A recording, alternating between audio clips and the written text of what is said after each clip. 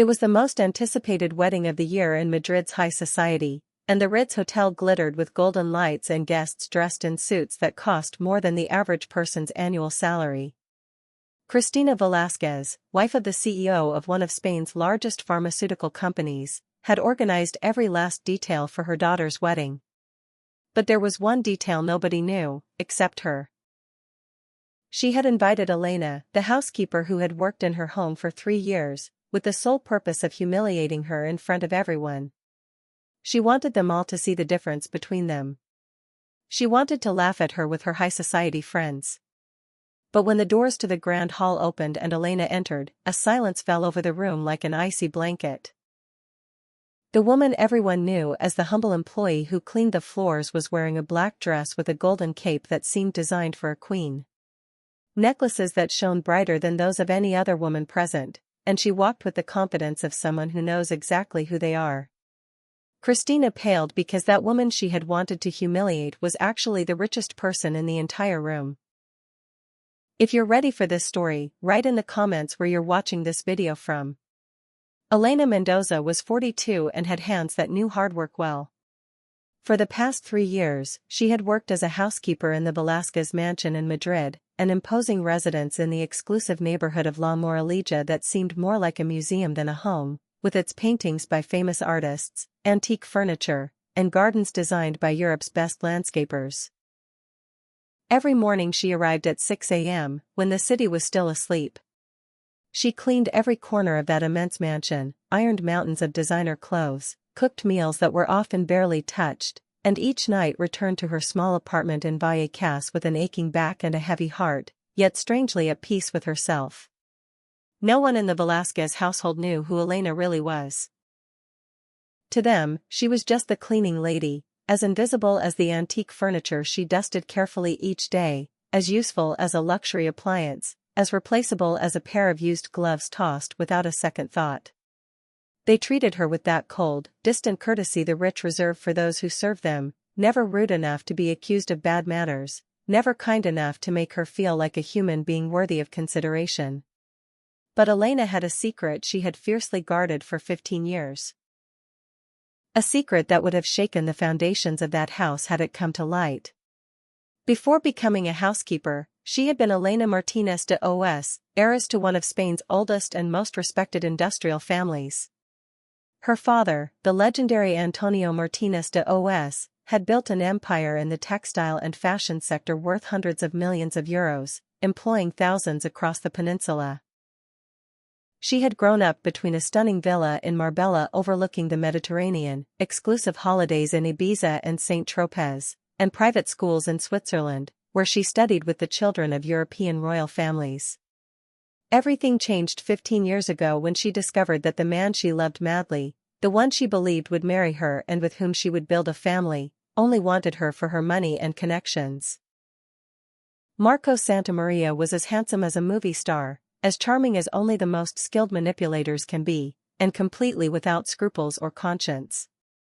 When Elena refused to marry him after discovering his true intentions, thanks to a private detective hired by her brother, he orchestrated a smear campaign that nearly destroyed her psychologically. He spread rumors about her in the salons of Madrid and Barcelona. He manipulated the media with invented stories. He did everything possible to ruin her reputation and social life. Elena could have fought with all the weapons at her disposal. She could have used her family's power and money to crush him like a bothersome insect. But she was tired, deeply and irreparably tired of that world of empty appearances and constant betrayals. So she did something nobody expected, something that shocked all of Madrid's high society. She renounced everything. She left the management of the family company to a trusted board of directors composed of people she had known since childhood. She changed her name, reverting to her maternal grandmother's surname, and decided to live a simple, authentic life, far from the spotlight and hypocrisies of high society that had nearly suffocated her. For years she traveled the world in search of herself. She volunteered in Africa, helping to build schools and hospitals. She tried to understand who she really was without the weight of the family name and fortune she had always carried on her shoulders. Then she returned to Spain and decided to conduct a social experiment nobody would ever understand. To live as an ordinary person, to work with her own hands, to see the world from the perspective of those without privilege or shortcuts. She became a housekeeper almost by chance, answering an ad in a local paper. She passed the interview without issue and found herself cleaning the floors of people who, in another time, would have lined up to be invited to her exclusive parties. She didn't do it out of masochism or to punish herself, but to remind herself every day that a person's worth does not depend on their bank account or their last name. The Velázquez family had become her favorite case study, a perfect example of everything she had left behind. Roberto Velázquez, the CEO, was a distracted, absent man who looked at her without seeing her, too busy with his business and financial charts to notice who cleaned his house and ironed his shirts. But his wife Cristina was different. Completely different. Cristina did see her, and what she saw bothered her in a way she couldn't disguise. Cristina Velázquez was born Cristina Garcia, daughter of a provincial merchant from Albacete who had made a fortune selling construction materials during the real estate boom. She was not born rich, and that was the secret she guarded more carefully than any jewel in her case. She had spent her entire life constructing an image of a refined, aristocratic woman, hiding her modest origins behind designer clothes, an affected accent she had spent years perfecting, and a ruthless social cruelty that had allowed her to climb the rungs of Madrid's high society. She had married Roberto Velázquez 25 years earlier, when he was still a young executive with big ambitions and a promising future. She had seen in him her ticket to the life she had always dreamed of, and she hadn't been wrong. But the marriage had never given her the happiness she sought, only the financial security and social status she had so desperately wanted since she was a poor girl in a town in La Mancha. Cristina hated Elena from the first moment she saw her cross the threshold of her home. She couldn't explain exactly why, but there was something about that housekeeper that deeply irritated her, that kept her up at night. Perhaps it was the way she moved, with a natural grace no finishing school could teach. Perhaps it was the way she spoke, with perfect Castilian Spanish and a cultivated air that showed through despite her attempts to hide it.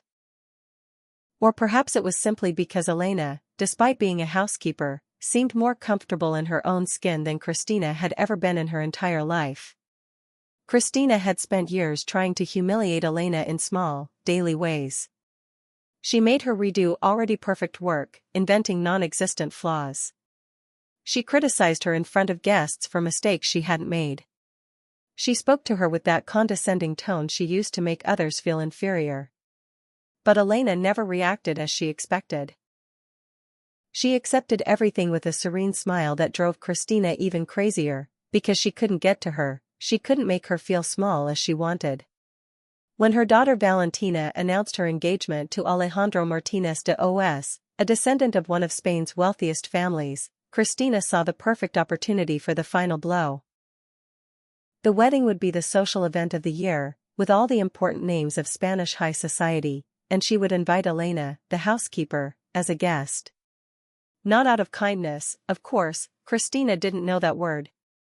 She wanted Elena to show up in her modest, cheap clothes, to feel out of place among the dresses costing tens of thousands of euros, for everyone to see the difference between the servant and the masters. She wanted to humiliate her publicly, to laugh at her with her friends, to finally make her feel as small as she deserved.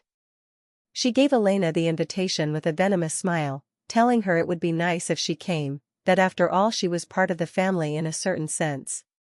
Elena accepted the invitation without batting an eye, thanking her with her always impeccable manners. Cristina couldn't wait for the big day to arrive. What Cristina didn't know, what no one in the Velázquez household even remotely suspected, was that the groom's last name, Martínez de Os, was no coincidence. Alejandro Martínez de Os was Elena's nephew, the son of her younger brother, the brother with whom she had maintained secret contact all these years of anonymity so as not to lose all connection to her family. Alejandro knew perfectly well who his Aunt Elena was and what she was doing with her life. She had told him everything in detail. Her social experiment, her decision to live as an ordinary person, her need to find herself away from the weight of the family name that had suffocated her for years.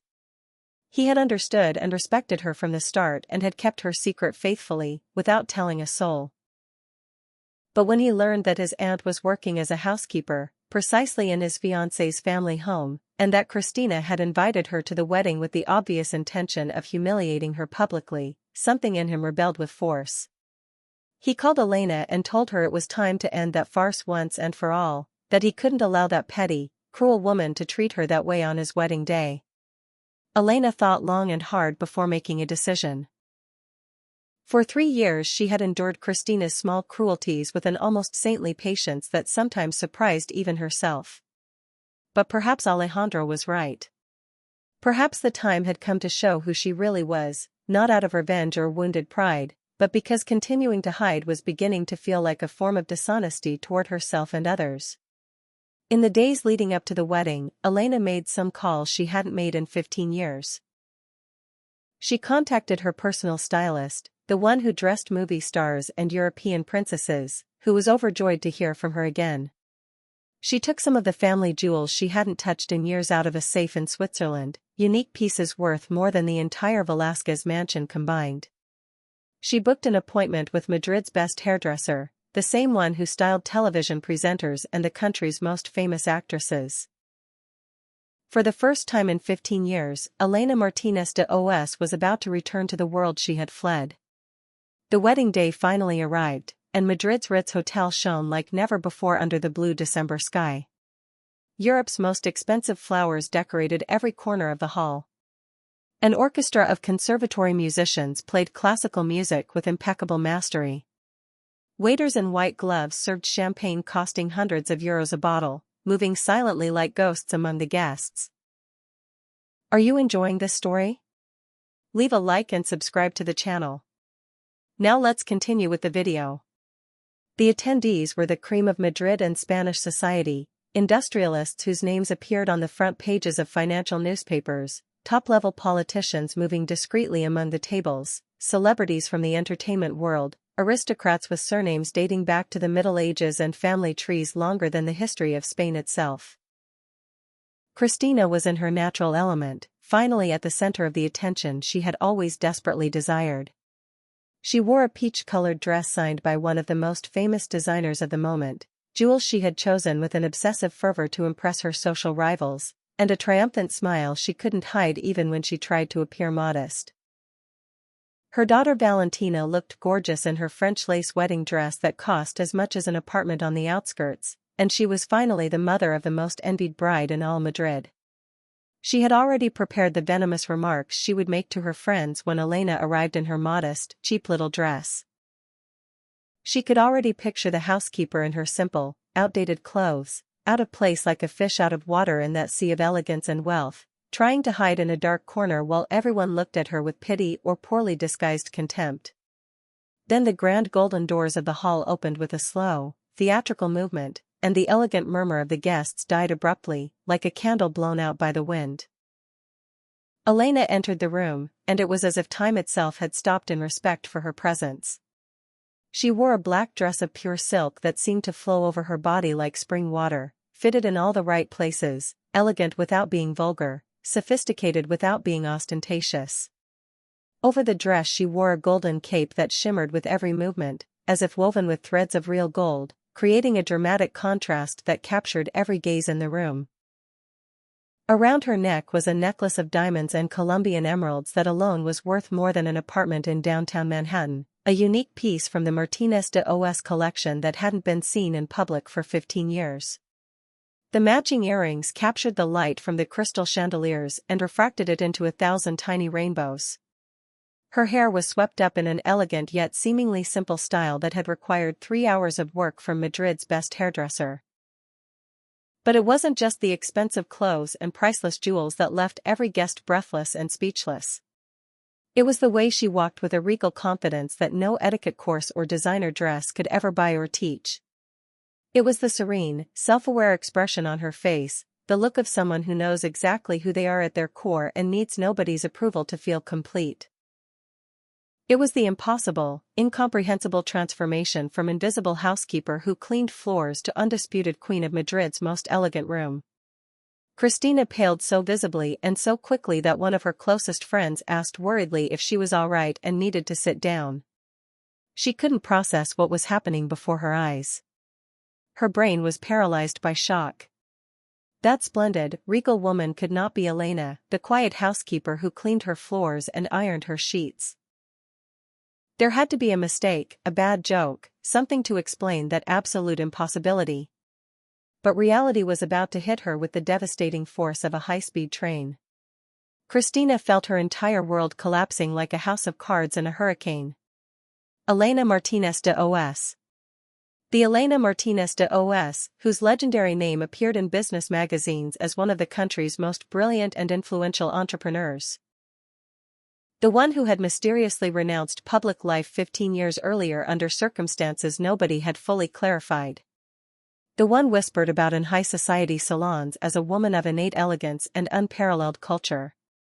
And she, Cristina Garcia, maid Velázquez by a marriage of convenience, had treated her like any common servant for 3 long years. She had humiliated her daily with studied little cruelties. She had criticized her in front of guests for non-existent mistakes. She had laughed at her behind her back with her high society friends, convinced of her own superiority. She had invited her to her daughter's wedding with the sole, petty purpose of shaming her in front of everyone. The thought of all the small and large cruelties she had inflicted on that woman over the years nearly made her faint from shame. The guests began to approach Elena like bees to the sweetest honey.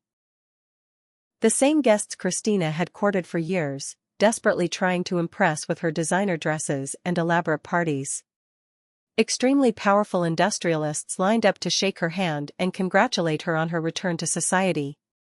Top-level politicians paid her elaborate compliments, hoping to win her favor.